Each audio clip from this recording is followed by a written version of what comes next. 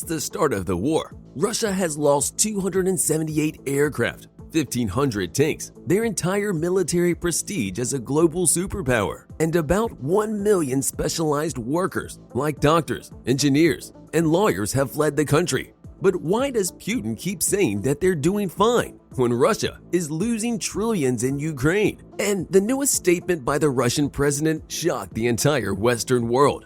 Almost 10 months since the war started, Putin kept referring to the war in Ukraine as a special military operation.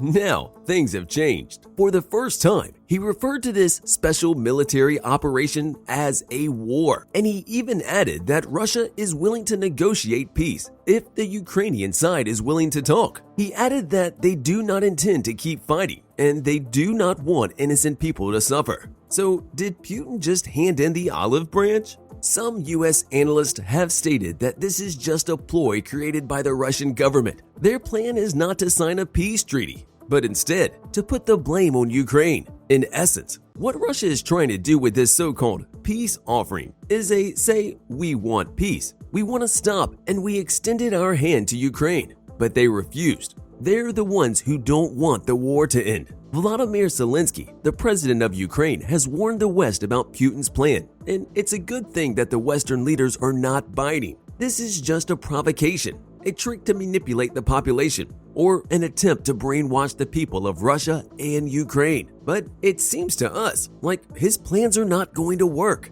In fact, they are all making strides to take down the Russian forces invading the Donetsk and Luhansk regions of Ukraine. Invading the U.S. has just signed a bill to smash that like button just like you should if you haven't done so already. But no, in all seriousness, they signed a bill to send $46 billion of military aid to the country, hoping this will tip the scales on the side of Ukraine. Each side has recorded around 100,000 killed and wounded soldiers on the battlefield. We're not taking into account the 40,000 civilian lives that were taken during the Russian invasion of Ukraine. In total, there have been almost 250,000 people killed or wounded during the invasion. And we're not any closer to peace now than we were at the beginning of March, when the war was just beginning. Since human life is sacred and we can't even imagine putting a price on the lives of the 250,000 soldiers and civilians that died or were wounded in this war, let's look at some of the numbers and see how Russia is holding against Ukraine. First of all, we should mention that the Russian GDP before the war was 1.4 trillion. Since the start of the war, about 42% of the purchasing power of the country has simply disappeared. In other words, about $600 billion vanished from the Russian economy, leading some to speculate that the Russian economy will fail. Currently, Russia's GDP is at 812 billion. That wiped out almost all of the economic growth since the fall of the Soviet Union. Built for over 30 years and gone in 9 months. There are people who are trying to make ends meet in a sanctioned economy, but to no avail. There are no jobs available. The government is plowing all of the cash it receives from the export of oil and gas into the military. On top of that, unemployment has reached a record 35 to 40%, and there is no sign of stopping. When there are fewer people going to work, there's less money in circulation. When there's less money in circulation, Russian businesses have no option but to close their doors. This further increases unemployment and strips the nation of its capacity to produce goods and services. It's a vicious cycle that usually ends with the formation of a new government. Amid the sanctions, videos of giant malls being closed down became commonplace. Those that remain open are Russian brands. All of the Western brands are gone from the country. All of the Western goods are no longer available on supermarket shelves. Pepsi and Coca-Cola, Lay's and Burger King, Zara and IKEA, Apple and Mercedes.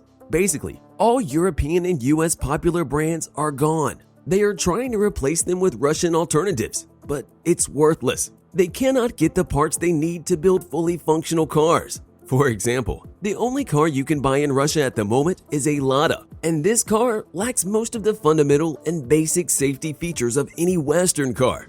Airbags is just one of the examples. On top of that, prices at supermarkets have skyrocketed. The average Russian is having trouble paying their bills. Sure, they have cheap natural gas and fuel, but the rest of the products have been cut out of the country. And here's a visual representation of smashing that subscribe button just like you should if you haven't done so already. But no, Seriously now, this is a visual representation of the areas that are currently being controlled by Russia in Ukraine. The country has a territory of 233,000 square miles. Before Russia invaded Ukraine, it controlled about 7% of the country. This was mainly in Crimea and small parts of the Donetsk and Luhansk areas. However, since Russian forces moved inside the country, they gained control of about 22% of the country's territory, of 51,000 square miles. That was the most territory Russia controlled in Ukraine. The smallest chunk of land they controlled since the war began was 16.6% on April 7th, when they exerted military power over 38,000 square miles. Right now, they are controlling somewhere around 17.4% of the country. But there's a problem for Russia. They are seemingly losing more and more control. Even though they are only slowly losing the territories that they've conquered, this seemingly unstoppable global superpower is slowly but surely beginning to lose. Most of the territories they conquered came in the first month of the invasion, but this was when Ukraine wasn't ready for the attack. Once it happened, the country began a rapid mobilization, and in April, they took back more than 10,000 square miles of their country during the Ukrainian counteroffensive in the northern regions. Since then, Russia made only minor moves inwards, and after September, the tides shifted. Ukrainian forces, with the help of the US and other EU nations, are beginning to take back their territory. On September 15th, Ukraine managed to take about 2,200 square miles of land in the Kharkiv region.